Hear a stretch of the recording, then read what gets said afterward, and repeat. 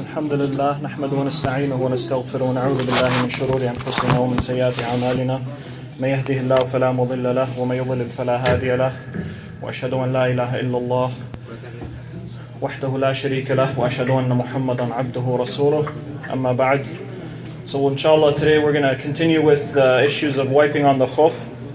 We're going to finish it. So the next thing that the author says is what invalidates the wiping. So what breaks the wudhu when the person has wiped upon the Khuff, or what makes the person come out of wudhu, or what are the differences when the person has wiped his Khuff or his shoe or his sock, as opposed to when the person has washed his feet from regular wudhu.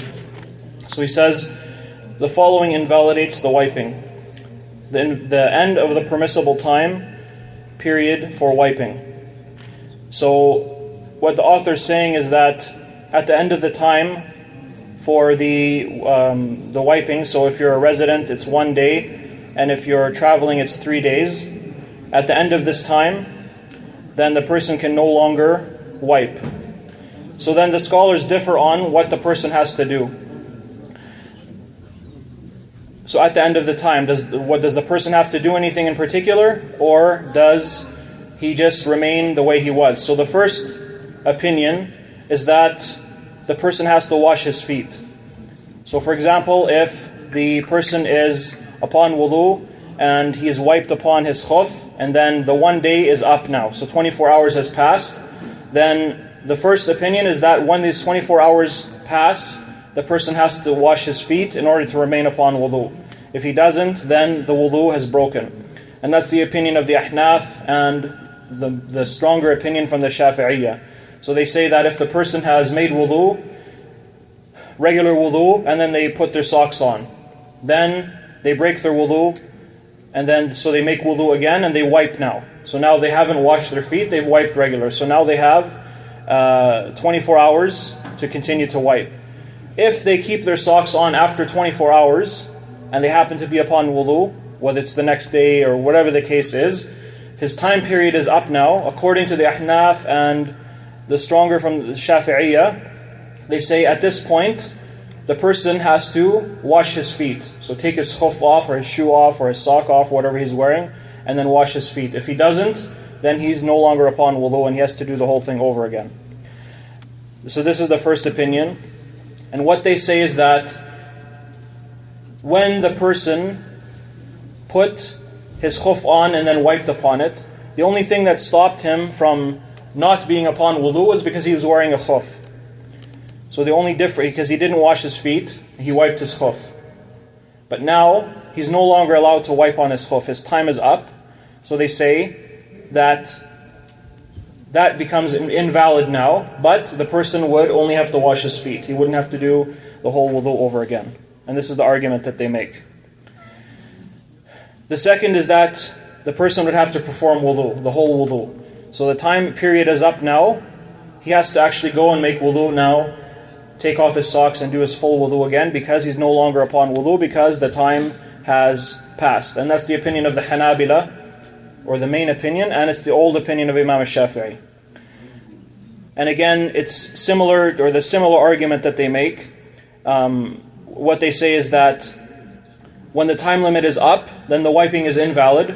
So the same thing as the Ahnâf say, except that the person, why can he only wash his feet? That doesn't make sense. If someone's wudhu is broken, his wudhu is broken.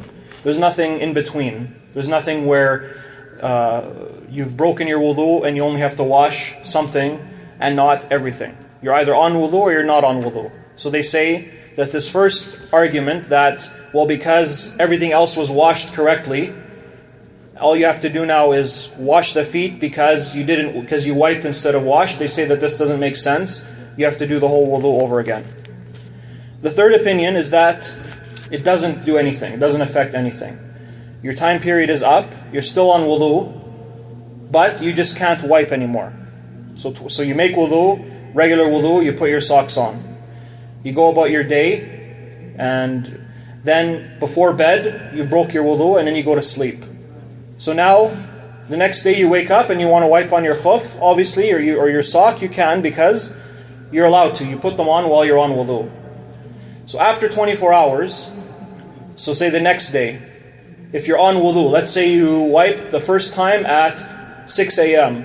6 a.m. comes the next day and you're on wudhu now. Then 6 a.m. hits. Does anything happen?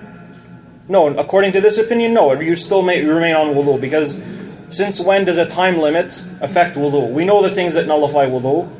Going to the washroom, so you're relieving yourself, defecating, falling asleep, and all the other things that we talked about. None of them is a 24-hour period passing. Has nothing to do with the validity of the wudhu. All it has to do with is how much you can wipe. Can you still wipe again or no? Then you can't wipe, because we know we talked about that. And the argument for this is that taking off the khuff wouldn't do anything. If you wiped on the khuff and then and then you took it off, it has no effect. Even though you didn't wash your feet, you wiped your khuff, it doesn't affect anything. So why would the time period nullify the wudhu at that point? And then they mention the hadith that we talked about before from Ali radiallahu anhu, from Abu Dhabian, that he said, رأيت عليا بال قائما ثم توضأ ومسح على نعليه ثم أقام المؤذن فخلعهما. Or that Ali or Abu Dhabian narrated that he saw Ali radiallahu anhu go relieve himself, or he urinated, but he did so standing, and then he made wudhu and he wiped upon his sandals, and then the mu'adhin made the adhan or made the iqamah, so he took them off, he took his sandals off, and then in one of the narrations mentions that he went and led the salat. So according to this, even though he wiped upon his khuff and then took them off, it didn't affect his wudhu. So why would the time period breaking affect the wudhu whatsoever? So does that make sense? Do you get it? Okay. So based on this hadith, let's say you nullify your wudhu with your socks on, you make wudhu, you wipe on your socks. Yeah. You can still take your socks off. Yeah. Maintain your wudhu. The ability of your wudhu is still valid. Yeah, and we'll get to that, but it applies to this too, because if they say the only reason that you didn't have to wash was because you wiped the khuff, yeah, but now the khuff is gone. So what they say, and it sounds silly even, but they say that now the hadath, the original hadath that you did when you that now reaches your feet, because you're not wearing anything. What does that even mean, though? Really, like we say, well, what does that mean? You're on wudhu or you're not on wudhu? Like these kind of things where we say, well, you were wearing something, so it stopped it from reaching it, and then now it's off, so it reaches your feet, so now you just have to wash them instead of do the whole wudhu. Like it doesn't. There's no meaning to that. It doesn't make any sense, and there's no textual evidence for it. So, it's either you're on wudhu or you're not. Right, and if you break wudhu, you break your wudhu. You don't say, well, it doesn't. There's no argument to it really. It's just. So that's only the Hanafiya's opinion. And the Shâfi'î. Yeah. So they mention this, and then the hadith that it was narrated by Ibn Abi Shayba, and it's an authentic hadith. And then the other part was narrated by al-Bayhaqi, where it says ثُمَّ تَقَدَّمَ فَأَمَّا النَّاسِ, or that then he went forward and he led the people, and that was authenticated as well. So they mentioned this, and then Shaykh, where's the hadith narrated? Ibn Abi Shayba. Then they also mentioned the hadith that we talked about a number of times before, from Abbad ibn Tamim, from his uncle, and his uncle is Abdullah ibn Zayd, the Sahabi, that أنه شكى إلى رسول الله صلى الله عليه وسلم الرجل الذي يخيل إليه أنه يجد الشيء في الصلاة فقال لا ينفتل ولا ينصرف حتى يسمع صوتا أو يجد ريحا. Or that Abdullah ibn Zayd complained to the Prophet ﷺ, or he asked him about the person who he's in the salat and he feels something in his stomach that he thinks he's going to nullify his wudhu, or he thinks he did, or he doesn't know for sure. So the Prophet ﷺ told him that he shouldn't leave, meaning to go make wudhu, until he hears a sound or smells a smell. So this shows us that the things that nullify the wudu are well known. We have texts for them. We know urinating, defecating, passing gas. We have text about eating camel's meat. We have about sleeping and so on, all these things. So to not have a text and then to say, well, it's like this or maybe it's like this, it doesn't count. Also, we need to be sure before we nullify our wudu, or we can't, it's not based upon doubts. So this is what this hadith would prove also. And then the hadith about this are many. We talked about them when we talked about doubt with regards to the wudu.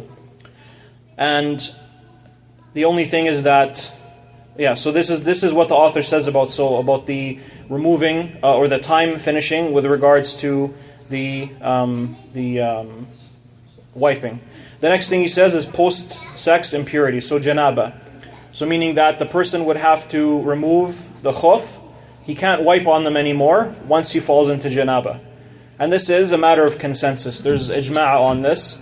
No one's ever said that it's sufficient to wipe the khuff or the sock while you're making ghusl. You have to remove the sock and you have to wash. And that its consensus was mentioned by An-Nawawî in al-Majmû' and Ibn Qudâmah in al-Mughni and elsewhere. And then the same hadith that we talked about before from Safwan ibn Assal, that he said, كان رسول الله صلى الله عليه وسلم يأمرنا إذا كنا سفرا أن لا ننزع خفافنا ثلاثة أيام ولياليهن إلا من جنابة. Or that Safwan ibn Assal radiallahu anhu said, the Prophet ﷺ used to tell us, if we were traveling, to not take our khuff off for 3 days, except for janaba. So except if we fell into janaba. وَلَكِنْ مِنْ غَائِطٍ وَبَوْلٍ وَنَوْمٍ. He said, but this was not the case for defecation and urination and sleep. So meaning that you wouldn't remove the socks and you would wipe upon them, you wouldn't have to wash them. So this is a matter of consensus. There's no dispute about it. The next thing that the author says is removal of the socks. So meaning that if the person has made wudu and put his sock on and nullified his wudu, now he's went and made wudu again and he's wiped. So now he's in the state of having wiped upon his khuff. The author says that this, if he took his socks off, this would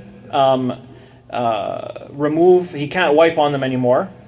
He can't put them back on and then wipe, which is correct. But then he also says, if one or two happens, so meaning if the person falls into janaba, or if the person, the time ends, then obviously he can't. But he says, if the person removes the socks, all he would have to do then is wash his feet. So he wouldn't have to go make wudu all over again. So this is the third issue to talk about, is the removal of the khuff. So if you made wudu and wiped upon your sock or your shoe, then you took it off. Do you have to do anything in this situation? Do you just stay how you are? Do you have to wash the feet? Do you have to make wudu? What's the case with that? So the first opinion is that the person has to wash his feet in order to be upon wudu, but he doesn't have to do so immediately. So meaning if now, let's say, someone wiped on their khuff or their sock, then they went and they took the khuff off. They say, this opinion, that you can't pray right now, but as long as you go and wash your feet before you nullify your wudu, even if it's like an hour or 2 hours or something, that's all you have to do. You don't have to go make wudu all over again. All you have to do is wash your feet, and it doesn't have to be immediate. As long as it's before you nullify your wudu, then that's all you have to do. And that's the opinion of the Ahnâf and the Shâfi'iyyah and a narration from Imam Ahmad. So what they say is the same thing as before, that because he was wearing a khuff, this stopped the feet from being out of wudu, essentially, or it stopped the hadath from reaching the feet. Yeah. Okay, so you're talking about. Okay, so the person did wudu, and then they lost. Okay, they put on their sock, and then they lost their wudu. Then they wiped over their sock. Right. And then they took off their sock. So they're still on wudu, but they took their sock off. They took their sock off. Right. The first opinion, which is who is it? It's the first opinion is the Ahnâf and the Shâfi'iyyah and Ahmad. And they say that you can't pray right away, as long you as can't pray in that state. Yeah. You can't pray in that state because you. Their argument? What they say is because originally, when you wiped on the Khuff, or the sock, you didn't wash your feet. And that's obvious, I mean, we agree with that. Yeah. But, normally in Wudhû, what do we have to do normally if we're not wearing a sock? Wash your foot. In this case, because you were wearing a Khuff or a sock, there's an exception to it. So all you have to do is wipe. But it's not complete Wudhû. So when you take that off, it's as if the original thing that you were making Wudhû because of, urinating, passing gas, whatever, has now got to your foot. As there was a barrier from stopping that nullification of reaching the feet. But what does that mean though? But did they say that you lose your wudu, or you're still on wudu but you can't pray? That's the thing, is it's kind of in between. They say you still have your wudu but you can't pray? You have that part up to there, up to the washing the feet. That doesn't make sense. It doesn't. That's why we said, like with the first thing about the time ending, either you break your wudu or you don't break your wudu. Yeah. If you broke your wudu, you do the whole thing over again. If you don't break your wudu, why do you have to wash only your feet? Sorry for asking the third time, but so whose opinion is this? Yeah. It's the Ahnâf and the new Shâfi'î opinion and narration, the Egyptian one. And a narration from Imam Ahmad. I don't think it was an old opinion. Yeah. So this is the argument that they make. They also say that if we allow the person, let's say, to not have to wash his feet or anything, like he just takes it off and then he's still on wudu and he still can just pray right away. They say if we allow that, then the person can pray while he didn't wash his feet, so he's not on wudu from washing, and we agree with that. But he also isn't wearing the thing that he wiped upon.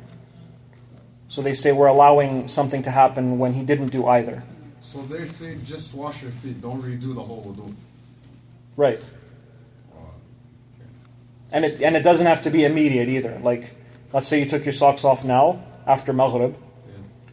As long as you washed them before you prayed Isha, like even if it was like in another hour, it's okay. As long as you still have your wudu. Right. It's strange, isn't it? Yeah, like, because very, very strange. Either you're on wudu or you're not. Yeah. That's the way we look at it, right? The way they're saying is... Yeah, is it the same case with if I change the socks without losing the wudu? You mean like you make wudu, you wash your feet? I had my wudu. Yeah. And with last time, I didn't wash the feet. So you make wudu with washing, then you put your socks on. Then you break your wudu. I break the wudu and then you wipe. And I wipe the socks. Now you want to change them. Then I need to change the socks without losing the wudu. Right. Is it the same case with that? It wouldn't break the wudu, but next time you can't wipe again. You know what I mean? Yeah, but I can pray. You can still pray, yeah, and it doesn't. But if next time you make wudu and you want to wipe, you can't anymore. Because this is not the socks that right, exactly, because you put different ones on, yeah. So that's, yeah. Sorry, okay. He just put an idea in my head. I'm pretty sure I know the answer, but I just want to confirm. So, okay, let's say you had wudu, you put on the socks, broke the wudu, wiped over the foot, right? Took your sock off, right? And you're still on wudu, and then you put another sock on. You're still on wudu. Would they still consider that as the old barrier, or that's a new barrier and it's not valid? It wouldn't be valid. Yeah, it would be like the old barrier because khalas, that barrier is gone completely. Yeah, so I mean, if you put it on, it's almost because to them you put it on while you didn't wash your feet, so you'd have to take it off and wash. Okay, so you still, according to that opinion, you still have your wudu except you'd have and so you'd have to take those socks off, wash your feet, and put them back on, and then before the next time you pray. Or when because you're not on wudu according to them. But you also don't have to do the whole wudu. So it's in between, kind of. This is a majority or minority? No. This has to be minority. It's about half. Really? Yeah. The second opinion is the same thing, except they say it has to be done immediately. So meaning that if you say you took your socks off, if you go wash your feet right away, it's okay. If you wait 5 minutes, 10 minutes, an hour, then it's not okay. You have to do the whole wudu again. Since when is there a time limit on wudu? Well, they say exactly. There's no real evidence for to show that there's a time limit or not. So either again that comes back to what we said. Like if you're on wudu, you're on wudu. If you're not on wudu, then you're not on wudu. But it comes back to, do you remember, I guess it would have been before Ramadan, we talked about keep doing everything of wudu in close sequence. Yeah. So like if I wash my face in there and then I go into the store and then I come back, I can't wash my arms. Right? Like it's too much time has gone in between. So what they go back to that rule where it has to be done immediately. That's the argument. That's what they use for saying that it has to be done immediately. The third opinion is that it breaks the wudu. So meaning if you took your socks off, you're no longer on wudu. You have to go make wudu full time. The full thing. So even so that what they say, and that was the opinion of the old opinion of Ash-Shâfi'î, and that's the Hanbali opinion. What they say is that you wiped on the Khuff or the sock or the shoe, then you took it off. So the thing that you didn't wash your feet now, and the thing that was used for wudu is no longer gone, is no longer being worn. So it's as if you have an invalid wudu because the thing that was part of the tahara is no longer being worn. So that's the argument that they make. And I want to add to that. But why is it then you could, let's say I'm wearing a sock and you could wipe over your boot, and then you could take off your boot and still have your sock on and then pray? And again, that comes back to the difference. Like, if you wipe on one thing and there's something underneath, if you take the top one off, can you still wipe on the bottom one? The majority say no. And likewise, if you wipe on one and then put another one on top, can you wipe on the top one? The majority say no as well. So the thing that we talked about before about how as long as the skin is covered, it doesn't matter how many layers, that's a very minority opinion. Allahu A'lam, it's the stronger opinion. But really, the majority would say, well, no, because you wiped on that, you have to continue to wipe on that. So you can't put something on and then use it, or take one off and wipe underneath. Like, they don't. No, the majority don't agree with that argument. So for that, for this argument that it breaks the wudu, they say that because the tahara of the feet was you wiped it, and we agree with that. That's how the feet were purified, was that you wiped on the khuff.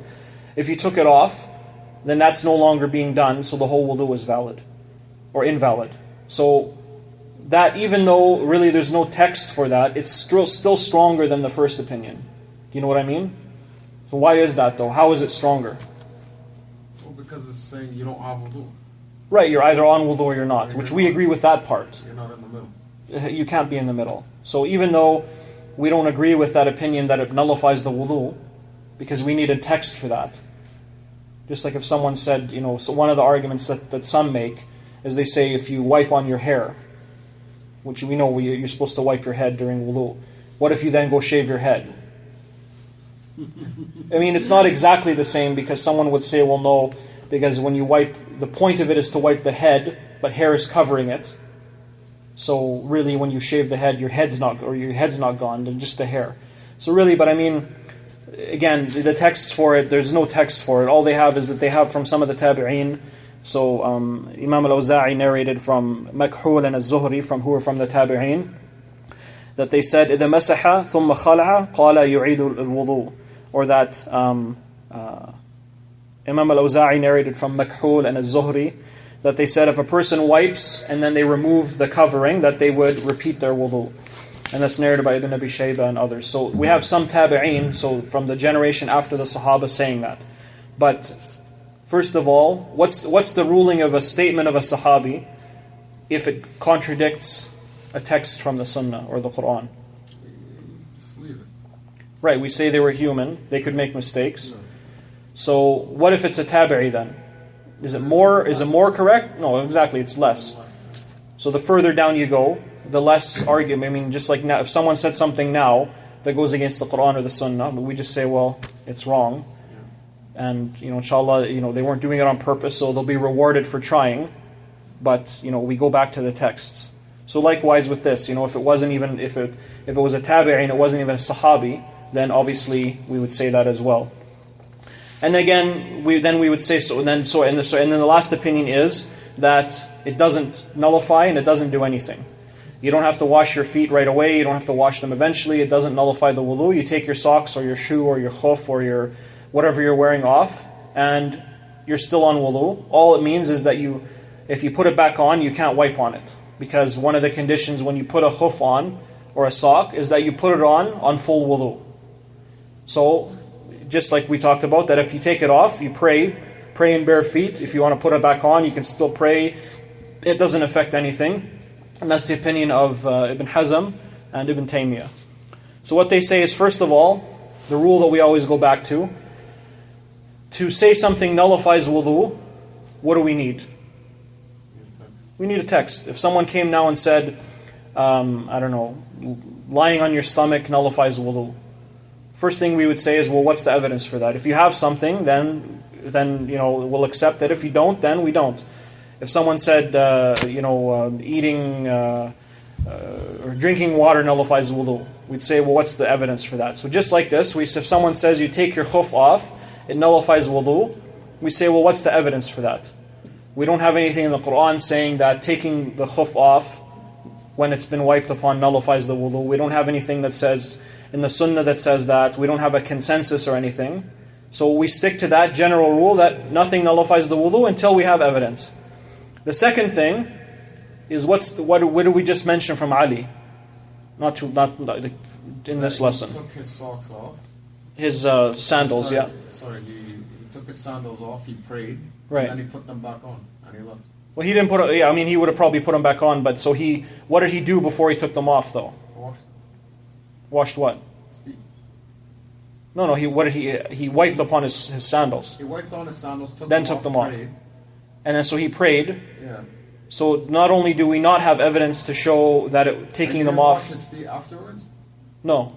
Okay, so that's evidence to show that his understanding was that if you wipe upon your foot covering and then take it off, you're still on wudu. Because not only did he pray, he led the people in the prayer, and in his time there was still Sahaba around. There was the most knowledgeable of the tabi'in were still there. On top of the fact that he's one of the most knowledgeable Sahaba. So we have that on top of the fact that there's no evidence to prove the opposite. So even if we didn't have this from Ali, we would say, well, until you prove to me it does nullify wudu, I don't have to remake my wudu. Even if there was nothing from the Sahaba. How about on top of that, we have something to show that this is what they understood. So it strengthens it even more so. So he just took his sandals off and he led the salah? Right, after he'd wiped on them. Okay. So these are the arguments that they make. And then they say that removing the khuff isn't a hadith, it's not a defilement, it's not urination or defecation or anything like that. It doesn't bring it on, it doesn't do anything like that. So what are we making what are we making as the thing that nullified? Just removing a piece of clothing now nullifies the wudu, obviously. That's not the case. And what they say is that, like I said, if the person has really thick hair, to the point where none of the water from when he wiped or none of his hand touched his head, and then he cut his hair or shaved his hair, we wouldn't say that affects anything. So this is an argument that they use to show that that's the case.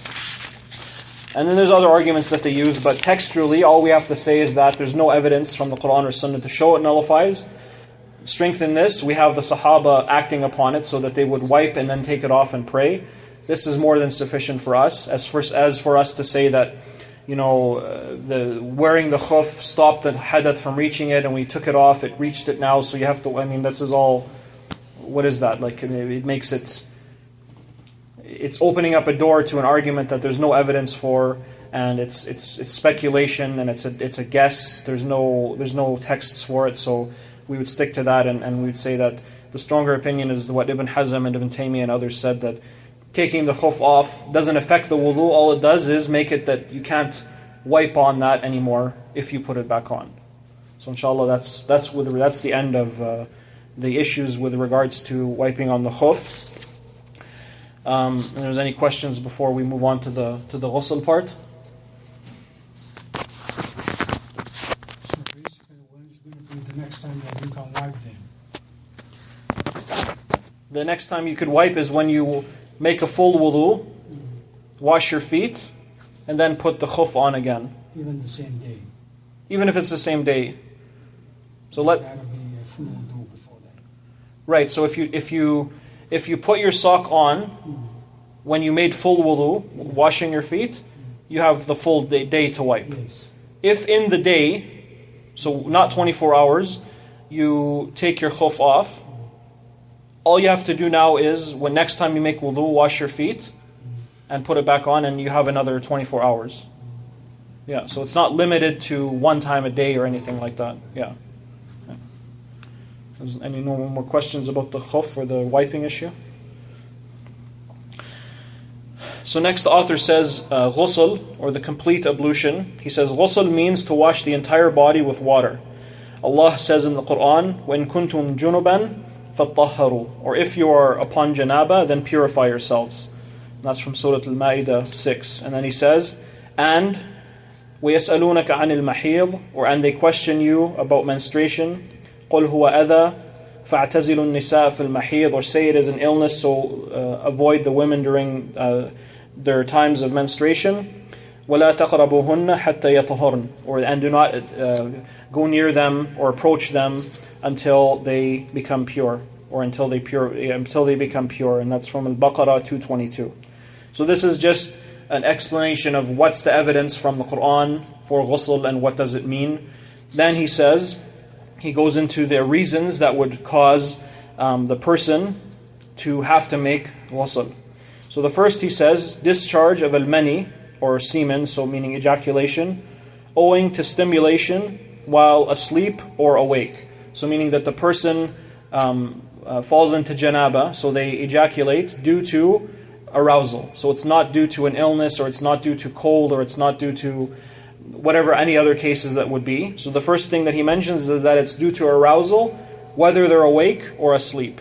So meaning if they have nocturnal emissions or wet dreams, or if they have intercourse or any other form of arousal that leads to ejaculation. So then he says, the opinion of the jurists in general is that ghusl is a must for the one, or for when discharge of al-mani is, or takes place due to stimulation while asleep or awake.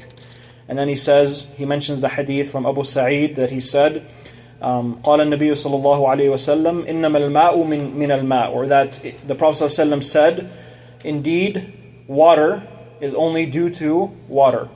So meaning that if the person only has to make ghusl due to water coming from him, so meaning ejaculation. And that hadith is narrated by Muslim, he says. Then he mentions from Salama radiallahu anha, Salama, that she said, Sulaym said to the Prophet ﷺ, Ya Rasulullah, inna Allah la yastahyi min al-haq, or O Messenger of Allah, indeed Allah is not ashamed of the truth.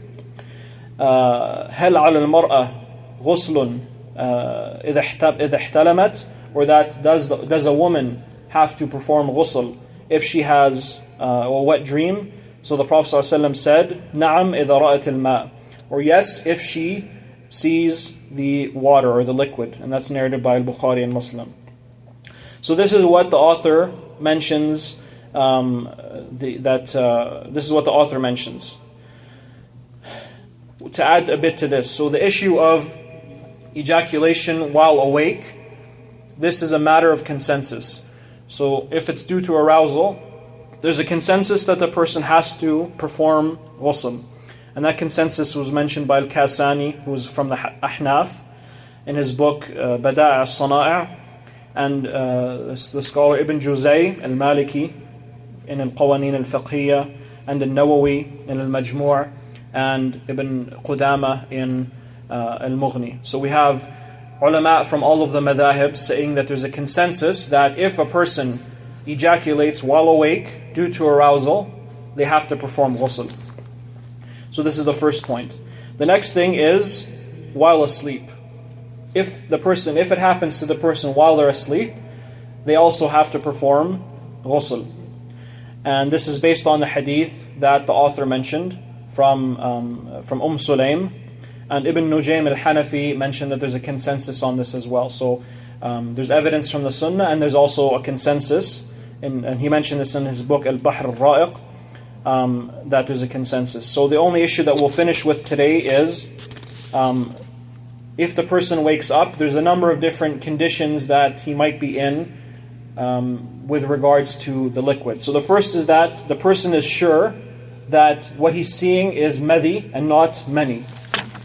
So meaning the person knows that it's what he's seeing on his clothing or his body is the madhi, which is the liquid that precedes ejaculation.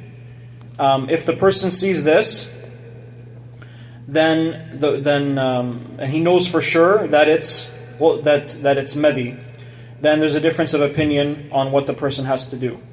So one opinion is that he has to perform ghusl, even though it wasn't mani, it wasn't semen. And that's the opinion of Abu Hanifa and Muhammad bin Hassan al-Shaybani. The second is that if it's obligatory if he remembers a dream, and it's not if he doesn't remember, and that's the opinion of Abu Yusuf al-Ansari. And the third is that it's not obligatory in any case, and that's the opinion of the majority. So what they say is that the majority say if the person wakes up and he knows what he sees is not mani, but it's madhi. So it's the prostatic fluid, that it's not anything related to ejaculation. The majority say you don't have to do anything, you just wash yourself and your clothing and then you make wudhû. However, some of the Ahnâf, Abu Hanifa and two of his students differed with that. And the strongest is the opinion of the majority. The second is if he's unsure. So a person wakes up, he doesn't know what I'm looking at, what the person's looking at. Is this the prostatic fluid or is it semen? So he's not able to tell. In this case, the scholars differ as well on what's to be done. One opinion, and it's the opinion so one opinion is that it's obligatory to perform ghusl in this situation, and this is the opinion of the Mâlikiyyah, and others and the Shâfi'î say that you don't have to, and the rest say that if there's a dream is remembered, he has to, and if he doesn't remember a dream, then he doesn't have to. And then lastly, they say that if there was a cause for stimulation before he slept, it's not obligatory, and if there was no cause, then it would be obligatory, and that's the opinion of the Hanâbilah. So really, all of these things, they differ on whether he's sure or unsure. If the person's sure that what he's seeing is madhi, it's not mani, it's not ejaculate, it's not semen, then the person doesn't have to perform ghusl. How come there's no opinion on the amount?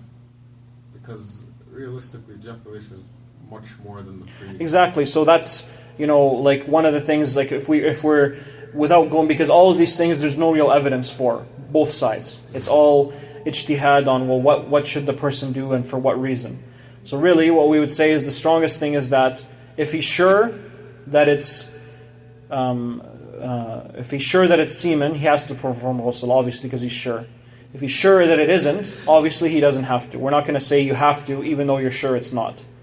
Now we say if he's doubtful. At that case, to say that, the best thing would be to look at all the factors. If he remembers a dream, it's likely that it's semen. Not for sure, but it's likely. So that would be one cause to push it towards that you would have to. Another thing is the amount. Another thing is the person knows his situation best. So for example, if it's been a long time since he's had intercourse or had a wet dream, and it makes sense that this is the amount of time, that would be something in favor to say that you would have to, as opposed to if the person has been having intercourse often, it's unlikely that it's that. Obviously, why would we assume that that's what it was? Likewise, another thing is if before the person slept, were there causes that would make him more likely to have fallen into janaba, or is more likely to fall for that what this liquid is madhi. So all these things, really, because there's no text, it would be up to the person to do his best to figure out what this was. If he did enough investigation and was sure or was almost certain that it was semen, he would have to perform ghusl. If he did his investigation or tried his best to figure it out and then saw that it's unlikely that it's that, then we can't obligate it on him. So inshallah we'll stop there for today. Next time we'll go into some of the other causes of ghusl. And then inshallah after that the author will get into how to perform ghusl and things that are forbidden while you're upon janaba or menstruation. Wallahu a'lam.